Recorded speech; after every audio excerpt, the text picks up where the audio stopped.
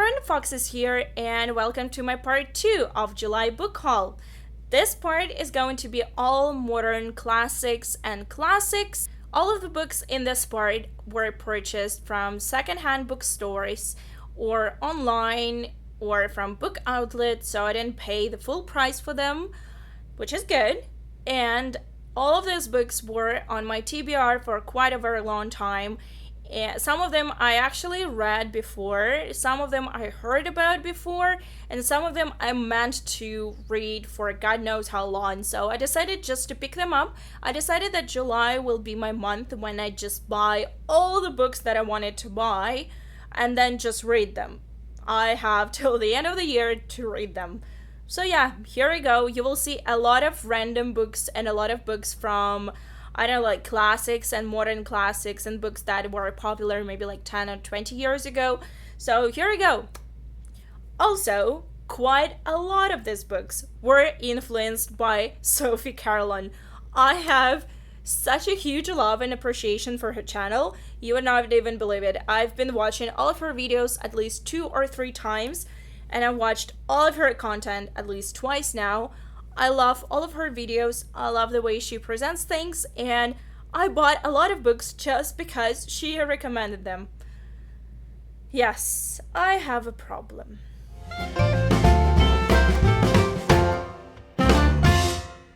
Well, let's get started.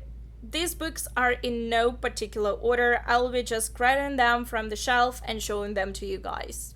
The first book that I've got here is The Jungle Book by Rudyard Kipling. And this was one of my most favorite books as a kid. Obviously, I read it more than once. I know the story by heart. And since the movie came out recently, which I haven't seen yet, and I'm really upset about it, since I don't know where my copy is, I decided to pick this one up just to read before watching the movie. Another book that I've got is A Single Man by Christopher Isherwood. And I've been meaning to read this book for a while now because I really want to watch the movie with Colin Firth, but since I want to read the book first, I haven't watched the movie yet. That's why I decided to finally pick up this book and just, yes, I need to read it. And I also got Christopher and His Kind by Christopher Isherwood, which is essentially his biography. I watched the movie Christopher and His Kind, and I really enjoyed it. It was kind of heartbreaking. I think I watched it. I was in a train. I think I was in a train going from Munich or something like this. It was a while back, and I enjoyed the movie. It was so good, but now I want to read the book. And the same edition, so pretty. I love it, and I love the way the font that they used for the name. It's so good. Another book that I've got is this one by H.P. Lovecraft. It's just a collection of short stories. I've been meaning to read anything by H.P. Lovecraft for a while now. He is so much cited in popular culture. It's amazing, and I'm pretty sure I've never read anything by him, and I don't know how it happened, but now I have a book, and I have no excuse, so I have to read it. Another book that I've got is Enduring Love by Ian McEwan. This is one of the books that I don't know how I feel about because I tried to watch a movie about like 10 years ago or 12 years ago, whatever it was. I watched some part of it, but it was so intense that I couldn't finish it. I know the plot, but I don't really know how it ends. I mean, like, I have a pretty good guess about how it's gonna end, but I don't really know. So I decided to pick up the book because Ian McEwan is definitely one of the classics of modern literature, and I just feel so sad that I've never finished the movie, so I want to try reading the book instead. Then I picked up Cat's Cradle by Kurt Vonnegut. I read Vonnegut in university for my literature course. I don't remember anything. Like nothing. Zero. I don't, like, no. Nothing. I just remember that it was weird. And that's it. That's why I want to read it again, just to make sure that I actually remember what it's about. Yeah. And I like how blue it is. I just love blue colors. Such a nice addition. Another book that I picked up based on Sophie's recommendation is The Let Right One In by John Edgewood Lindquist. I think everyone pretty much knows what this book is about, but I really want to read the book, and I saw it available on book outlets, so I snatched it for a very good price. However, I have no intention of watching the movie, but I'm curious about the book. Hopefully, it will not disappoint. Another book that I picked up is The Stranger's Child by Alan Hollinghurst. I have read only one book by Alan so far, and that was The Line of Beauty. I read it about 12 years ago, or 10 years ago. I don't even remember. It's been a while. And I enjoyed it, even though it was kind of slow paced for me at times. But I think that my tastes have developed since then, and my tastes have changed, so I might endure a slower pace. So I don't know really much about this book, but it's quoted as the best book by Globe and Mail. I guess I'll just have to read and see. Another book which I picked up is Annabelle by Kathleen Winter, and I picked it up not only because it's been on my TBR at Goodreads for God knows how long, but also because it was mentioned by Sophie, and this is a book by a Canadian author. This is something that I never knew, and I decided to pick it up, and I was like, oh wait, it's quoted as Canada Reads 2014 selection. I just have to read it. I mean, it's by a Canadian author, and it's quoted as a #1 national bestseller. Well, let's ignore Oprah's magazine, but yeah, supposedly it's good. And then I got, The Poisonwood Bible by Barbara Kinzolver, just because Sophie mentioned this book in pretty much every one of her videos, and I picked this one up and it was super cheap. It was $3. I'm really not sure I will like this book, just because based on what Sophie said about it, just based on the plot, this is not something that I usually would pick up in terms of the plot. However, I want to, branch out a bit into the books that I usually would not pick up, in the books that make me uncomfortable, and I'm pretty sure this book will make me very uncomfortable, so I decided to pick this one up just to see how it goes. Another book that I picked up based on Indigo book recommendations, and this is A Place Called Winter by Patrick Gale. I know nothing about the author. I literally know nothing about the book. I just know that it's about a guy who moves to Canada, and this is something that I can relate to. That's why I decided to pick this one up, just to give it a go and to see. Hopefully it will not disappoint. I got it really cheap. It was, $4, just because it had a bit of a tear here. So otherwise, it's a perfect condition. I'm looking forward to reading this one. I'm actually excited. Then I've got 3 books from Indigo, because there were 3 books for $10, so I had to pick them up. The first one is Brave New World by Aldous Huxley. I read this book at university. I don't remember a thing. Like nothing. Zero. Completely zero. The second one is 1984 by George Orwell. The same thing. I know what it's this book about. I don't remember reading it. It's really embarrassing. And the third one is Moby Dick by Herman Melville. And this is actually the book that I read and I remember reading and I remember really enjoying it, even though it was slow paced and some people call it boring.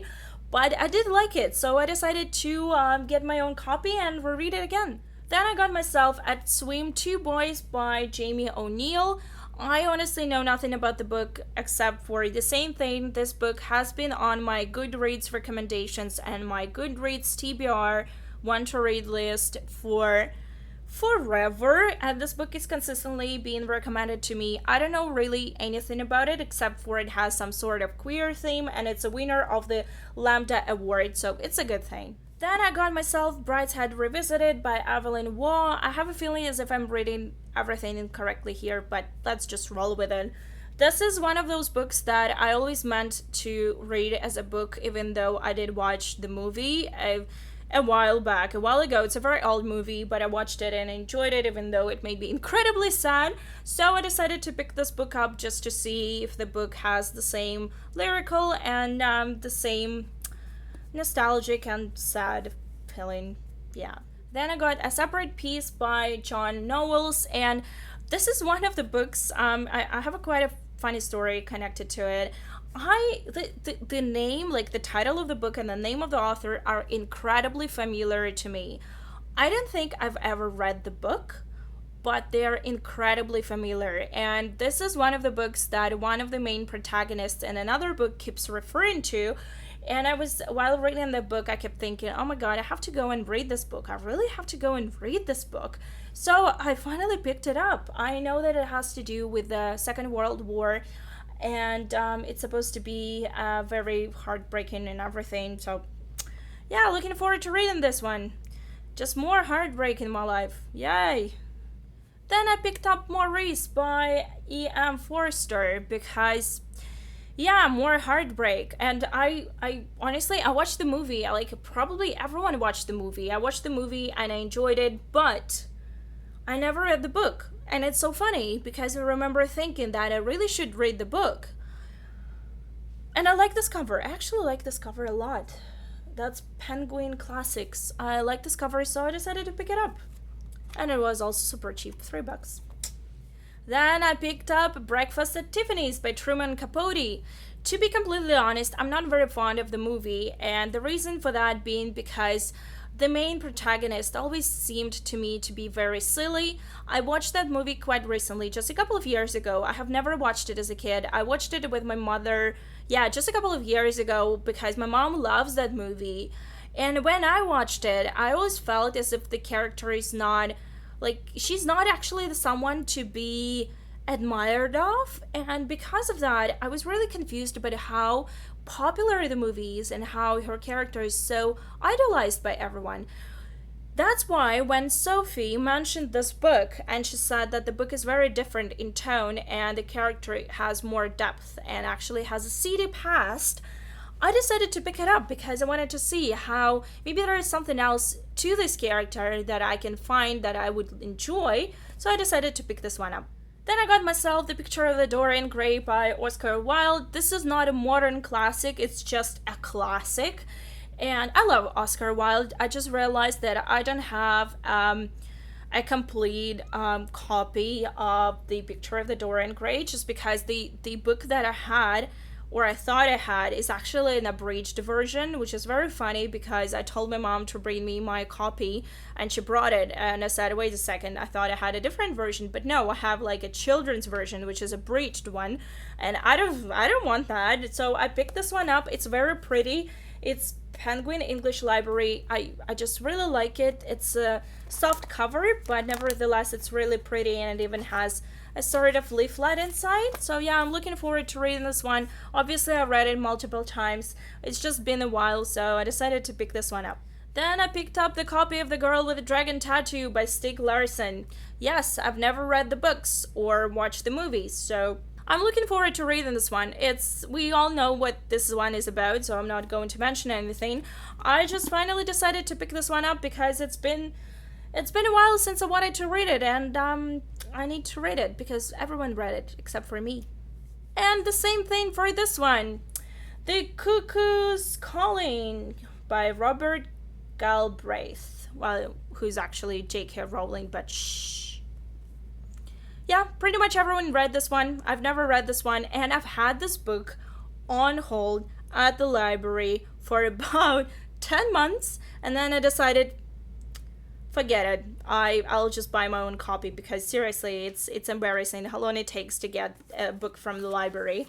So I picked this one up, so hopefully I'll get to it sometime this year. Then I got The Satanic Verses by Salman Rushdie. Salman Rushdie has been on my radar for quite a while, and at first I thought about picking up The Midnight Children because this was the book that I saw on the shelf every single day when I used to work at the library, and I never read it for whatever reason. But I decided to pick this one up just because recently I just flipped through it while I was at my friend's place, and even though her book was in German, I still managed to read a couple of lines there, and I realized that the language is really beautiful, and this is also one of the books that was mentioned and recommended by Sophie, so I decided to pick it up. And then, of course, I got Jeanette Winterson. And actually I have a very funny story here. I picked up Oranges Are Not the Only Fruit, which has been on my list for quite a while, and another one, Sex and the Cherry, just because Sophie has been recommended this one as a first book to read by Jeanette Winterson. And here's a funny thing. Turns out that Jeanette Winterson has been on my radar for quite a while. The Oranges is Not the Only Fruit has been on my list at Goodreads for quite a while, like years probably. And another book that turned out to be also by Jeanette Winterson, The Stone Gods, is on my book outlet wish list. And that is something that I did not realize until recently. That's so funny. Okay, so I'm really looking forward to reading those two books. Ah, Sophie, what do you do to me? You make me buy books. A lot of them. And then I got myself a copy of 100 Years of Solitude by Gabriel Garcia Marquez. So, this is another one of those books that I supposedly have read before, but I remember nothing. Whoa, yeah, I know, it's just like my 4th year of university is a huge blank. I don't know what happened, but just, yeah, it's just like big blank, just black hole. So yeah, Gabriel Garcia Marquez is one of my grandmother's favorite authors. He is one who basically created magical realism in Latin American literature. He is a forerunner. He is amazing. Unfortunately, he passed away last year, but he is amazing. I have his collection of short stories and novellas, but I realized that I don't have a copy of 100 Years of Solitude, which was kind of mind-blowing. I was so sure that I have a copy of it at home, but I didn't have it here. So anyway, I decided to pick this one up. It was really cheap just because it's so yellow and whatever. I don't like this cover, but I just want to read it and finally maybe remember reading it in the first place. Here I go. Okay, we're almost done, and I have 3 books here which do not really fit into modern classics theme, but they did not really fit into fantasy part 1 of my book haul, so I decided to include them here. So the first one is The Sherlockian by Graham Moore. I don't really know anything about this book except it's been on my wish list for God knows how long, and I decided to pick it up because it was really cheap. And this is just about first of all about Arthur Conan Doyle, who kills off Sherlock Holmes, and then about a guy in a modern age who discovers some things about Sherlock Holmes. So it's kind of like it's a fiction, but it's based on Conan Doyle and Sherlock Holmes, and it's definitely one of the things that I absolutely love, so I decided to pick it up. Then I got myself a YA contemporary, All the Bright Places by Jennifer Niven. It's been on my radar for a while. I didn't want to pick it up initially. I wanted to get it from the library, but the lineup, Jesus, the wait was so long that I was like, whatever, I'm just picking up my own copy. It's ridiculous. I know that it deals with some heavy subjects. Hopefully, I will enjoy this book. I like the cover. And the last but not least is We Were Liars by E. Lockhart. I've had this book on hold at the library for 12 months, and there is still about 50 or 60 people ahead of me. So I decided, fuck it, I'll just buy it. It's ridiculous. I bought it from Book Outlet, so obviously it was cheap, but the fact that it was so requested at the library, it's just ridiculous. And this is such a short book.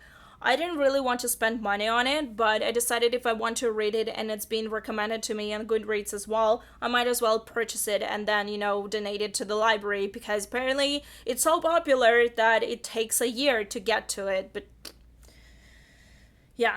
Okay, I'm done. This is it. That's my book haul, part number 2. Whew, I'm so tired. I have a sore throat, honestly. I hope you enjoyed it. Thank you so much for watching, and I'll see you very soon. Bye!